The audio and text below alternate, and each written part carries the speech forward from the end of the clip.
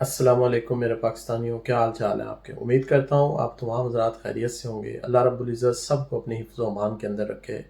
پاکستان کے اندر ایک بہت ہی دردناک سانحہ حادثہ ایک بار پھر، کیونکہ پاکستان میں تو سانحے حادثات ہوتے رہتے ہیں، لیکن یہ جو جڑاں کا حادثہ ہے یہ انتہائی پریشان کن بھی ہے، خوفناک بھی ہے، اور ان حالات کے اندر اس کا ہو جانا یہ بہت خطرے کی بات ہے پاکستانیوں کے لیے، جہاں حالات پہلے ہی دیگر گوں ہیں۔ مہنگائی، مشکل حالات ہیں، نوکریوں کا کوئی پتہ نہیں ہے، نوجوان کتابیں بستے اٹھائے، بیگ اٹھائے بھاگ رہے ہیں، اور ہر بندہ جو ہے 40,000 کے قریب روز پاسپورٹ کی درخواستیں ہیں۔ نئے پاسپورٹ 40,000 کے قریب پاکستان میں بن رہے ہیں۔ میرا خیال ہے دنیا میں کہیں اتنی تعداد کے اندر پاسپورٹوں کا اجرا نہیں ہو رہا۔ 40,000 پاسپورٹ! تو اس ملک کے اندر اس طرح کا واقعہ ہونا، آپ سمجھتے ہوں گے کہ یہ معمول کی بات ہے۔ یہ معمول کی بات نہیں ہے۔ ہم ایک بے حس معاشرے کے اندر رہتے ہیں اور ایک منافق قوم کے اندر رہتے ہیں، اس میں تو کوئی کسی کو شک ہی نہیں ہے۔ لیکن ہم کتنے بڑے منافق ہیں۔ سویڈن کے اندر قرآن پاک کو نظر آتش کیا جاتا ہے، جو کہ انتہائی قابل مذمت ہے، ٹھیک ہے، اور اس کے اوپر پاکستان کے اندر ہم مظاہرے کرتے ہیں۔ ہم دنیا بھر کے اندر بلیک ڈے اور سانحہ اور فیس بک کی آئیڈیاں ہم بدلتے ہیں، ٹویٹر کی جو نہیں بدلتا اسے کہتے ہیں یار تمہیں نہیں پتا ساری قوم نے آئیڈیاں بدلی ہوئی ہیں، تم بھی آئیڈیاں بدلو۔ کیا ہوا ہے جی؟ سویڈن کے اندر یہ جس کو نہیں بھی پتا ہوتا اسے بھی بتاتے ہیں، لیکن اپنے گھر کے اندر اپنا گھر ان آرڈر کرنے کے لیے ہم تیار نہیں ہیں۔ اپنے گھر کے اندر جو ہم درندگی کرتے ہیں، جو ہم ظلم و ستم کرتے ہیں غریبوں پہ، اس کو ہم اس کی مذمت کرنے کے لیے تیار نہیں ہیں۔ پہلی بات تو یہ ہے کہ اس سانے کے بارے میں جو کچھ کہا جا رہا ہے، میں پہلے تو وہ ماننے کو تیار نہیں ہوں کہ وہ اس طرح یہ سانحہ ہوا ہے، کیونکہ لوگ کہہ رہے ہیں جی کہ کوئی کرسچن لڑکے تھے، انہوں نے پوسٹر لگائے اور پوسٹر پھیلائے۔ میں نے ایک بندے سے کہا کہ کیا آپ مجھے وہ یوٹیوب کے اوپر ہی ہمارے کوئی مولانا صاحب تھے، میں نے کہا وہ پوسٹر کوئی پکچر ہے آپ کے پاس، کوئی کچھ ہے سوشل میڈیا پہ؟ تو انہوں نے مجھے جو تصویر بھیجی وہ انتہائی مضحکہ خیز ہے، اور اس کے بعد میں یہ ویڈیو بنا رہا ہوں۔ کافی عرصے سے میں نے یوٹیوب کے اوپر کوئی ویڈیو اپنی اپلوڈ نہیں کی، لیکن وہ پرچہ دیکھنے کے بعد میں نے کہا آپ اسے پوسٹر کہتے ہیں، آپ کو شرم نہیں آتی؟ ایسے بے حس اور بے شرم اور بے حیا شخص ہو تم، لوگ تمہارے پیچھے نمازیں پڑھتے ہوں گے۔ وہ پوسٹر کیا تھا؟ کسی نے ہاتھ سے لکھا ہوا، اور وہ لکھائی بھی مطلب مجھ سے تو وہ پڑھا نہیں جا رہا تھا، تو مطلب وہ ہاتھ سے لکھ کے کسی نے کہ جی مسلمان جھوٹے ہیں اور قرآن جھوٹا ہے، اس کے اوپر اتنا بڑا ریاکشن میری سمجھ سے تو باہر ہے۔ مطلب یہ درندگی کی انتہا ہے۔ ہم اپنی ہر بات کے اندر جھوٹے ہیں، ہم مذہب کو استعمال کرتے ہیں صرف اپنی ذات کے لیے، ہمارا مذہب سے کوئی تعلق نہیں ہے۔ تو پھر کیسا، کیوں آپ کو یہ غصہ آیا؟ کیوں آپ کے اندر اتنی حیوانیت اور جنونیت آئی؟ کیا مطلب لوگوں کی عبادت گاہ کو جلا دیا گیا، ان کے گھروں کو جلا دیا گیا، پولیس آتی ہے جناب 2 گھنٹے پہلے اور آ کے تو وہ سارے گھر خالی کرواتی ہے کہ جی لوگ جلانے کے لیے آ رہے ہیں۔ کیا اس پولیس والے سے نہیں پوچھنا چاہیے کہ تمہارا کام تھا ان کو پروٹیکشن دینا؟ اگر تم نہیں دے سکتے تھے تم اپنے اعلیٰ افسران کو بتاتے، وہ اپنے اعلیٰ افسران کو بتاتے۔ ہر ضلع کے اندر اور ہر شہر کے اندر جو ہمارے انٹیلیجنس کے لوگ بیٹھے ہوئے ہیں، وہ کس لیے بیٹھے ہوئے ہیں؟ ان کا کیا کام ہے؟ صرف پی ٹی آئی پہ نظر رکھنا اور پی ٹی آئی کے لوگوں کو پکڑنا، یہ کام ہے ان کا؟ یہ کام تھا ان کے کرنے والا کہ یہ پولیس والے لوگوں سے گھر کیوں خالی کروا رہے ہیں؟ اس کے پیچھے کیا وجہ ہے؟ فوراً وہ نفری بلاتے، رینجرز بلاتے، ہر علاقے کے اندر 15 سے 20 منٹ کی دوری کے اوپر رینجرز فورس ہے، اینٹی رائٹس فورس ہیں، اینٹی ٹیررسٹ فورس ہیں، اور جناب ایلیٹ فورس ہے، رینجرز ہے، اور پھر جناب ہماری پاک فوج زندہ باد سلوٹ کرنا ضروری ہے۔ تو جو لوگوں کے گھروں کے اندر چڑھ جاتے ہیں اور اٹھا کے لے جاتے ہیں اور غائب کر دیتے ہیں، اور پتہ نہیں چلتا کتنے کتنے دن لوگوں کو، تو اور وہ آج کل صرف ان کا مقصد پی ٹی آئی ہے۔ اس سے قطع نظر یہ انتہائی افسوسناک واقعہ ہے۔ آپ لوگوں کے گھروں کے اوپر چڑھ جاتے ہیں۔ پاکستان کی ریاست، پاکستان کی عدالت، پاکستان کی پولیس کے اوپر آپ کو اعتماد نہیں ہے؟ نہیں ہے اعتماد؟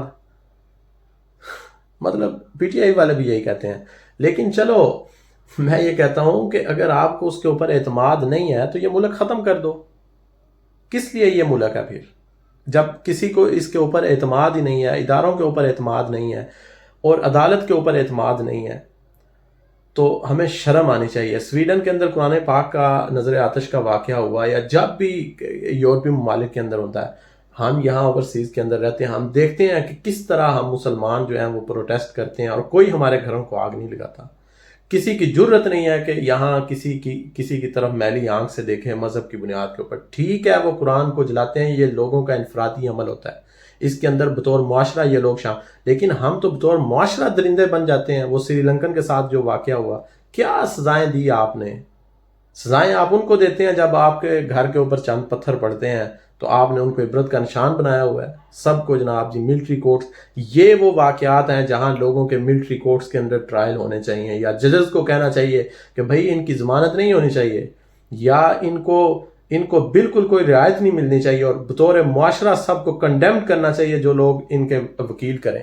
کیونکہ تشدد پسندی اور انتہا پسندی کی نظر تو کوئی بھی ہو سکتا ہے. ہمارا جو مذہبی طبقہ ہے، میں معذرت کے ساتھ کہتا ہوں، یہ تربیت واقعی مساجد سے ہوتی ہے. مساجد اس واقعات کی مذمت نہیں کرتی، علماء ان واقعات کی مذمت نہیں کرتے، وہ معذرت خانہ رویہ اختیار کرتے ہیں کہ ٹھیک ہے لیکن انتظامیہ کو چاہیے تھا کہ جب وہ نوجوان نے قرآن کی توہین کی تو وہ اسے گرفتار کر دے. اور بھائی کیا ایک بندے کا کاغذ کے اوپر چند سطریں لکھنا اور آپ کا اٹھ کے تو عبادت گاہوں کو جلا دینا اور گھروں کو جلا دینا، آپ اسے برابر کر رہے ہیں؟ یہ معذرت خانہ رویہ. اور بالکل کہنے والے ٹھیک کہتے ہیں، یہ تشدد پسندی اور انتہا پسندی جنم لیتی ہے جب ممتاز قادری کو بطور معاشرہ ہم ہیرو بناتے ہیں، اور سلمان تاثیر جیسے جو مظلوم ہوتے ہیں انہیں ہم پس دیوار پھینک دیتے ہیں. یہ نہیں ہونا چاہیے. کوئی بھی اس کا نشانہ بن سکتا ہے، صرف عدالت کے پاس یہ اختیار ہونا چاہیے، قانون کے پاس یہ اختیار ہونا چاہیے کہ وہ اپنا رستہ لے اور جو مجرم ہے اسے سزا دے. جس کے اوپر الزام ہے اگر جھوٹا ہے تو وہ بے گناہ ہو کر واپس آئے. لیکن پاکستان کے اندر جس کے اوپر توہین مذہب کا الزام لگ جاتا ہے اس کے لیے جینا دوبھرا ہو جاتا ہے.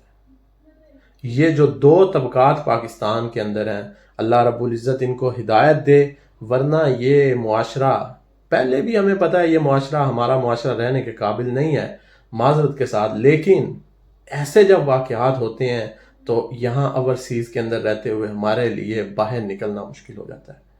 لوگ دیکھتے ہیں کہ یار کیسے لوگ ہو تم، کیسے درندے ہو تم، لوگوں کے گھروں کو جلا دیا، عبادت گاہوں کو جلا دیا. مطلب یہ آپ اس کو آپ لوگوں کے سامنے ایکسپلین نہیں کر سکتے، آپ اس کی کوئی توجیہ، کوئی وجہ بیان نہیں کر سکتے. کسی طور پر بھی نہیں آپ کہہ سکتے کہ انہوں نے اشتعال دلایا تھا. نہیں، کوئی توجیہ نہیں ہے. یہ انتہائی افسوسناک ہے اور قابل مذمت ہے اور شرمناک ہے پاکستان کی ریاست کے لیے. کوئی مذہب کے اندر اس کی دلیل نہیں ہے. چاہے کوئی بندہ میرے سامنے کھڑا ہو کر نبی اکرم صلی اللہ علیہ وسلم کو گالیاں بھی دے، میرا کام ہے کہ میں اسے قانون کے تابع لاؤں. کیونکہ ہم ایک ریاست کے اندر اگر انسانوں کی طرح رہنا چاہتے ہیں، ہم درندے یا جانور نہیں ہیں کہ وہ کچھ غلط کر رہا ہے تو میں بھی غلط کروں. نہیں، میں اسے قانون کے دائرے کے اندر لاؤں، میں اس کی شکایت کروں، یہ میرا حق ہے. اس کے آگے میرا کوئی حق نہیں ہے، اس کے آگے میرا کوئی اختیار نہیں ہے. جو مولوی، جو علماء یہ کہتے ہیں کہ جی آپ قانون کو ہاتھ میں لے سکتے ہیں، نبی صلی اللہ علیہ وسلم کی عزت اور حرمت، جھوٹ بولتے ہیں، بکواس کرتے ہیں. کہیں قرآن و حدیث کے اندر ایسی نظیر نہیں ہے. نبی اکرم صلی اللہ علیہ وسلم نے جہاں حکم دیا تو نبی اکرم صلی اللہ علیہ وسلم خود ریاست تھے، وہ ایک ریاست چلا رہے تھے، وہ ریاست کے قاضی تھے. آپ کو نہ ریاست چلانے کا حق ہے اور نہ آپ ریاست کے قاضی ہیں. آپ کس طرح یہ حکم دے سکتے ہیں کہ لوگوں کے گھروں کو جلا دو؟ آپ کس طرح مساجد کے اندر یہ اعلان کر سکتے ہیں کہ فلاں بندہ جو ہے اس کو جلا دیا جائے اور فلاں بندہ جو ہے اس کو مار دیا جائے؟ کس طرح آپ یہ کر سکتے ہیں؟ آپ نبی ہیں، آپ کے اوپر وحی آتی ہے، آپ شریعت ہیں، کیا ہیں آپ کو پاکستان کے لوگوں نے اپنے فیصلے کرنے کا اختیار دیا ہے. جب آپ کچھ نہیں ہیں تو آپ پھر ایسا کیوں کر رہے ہیں؟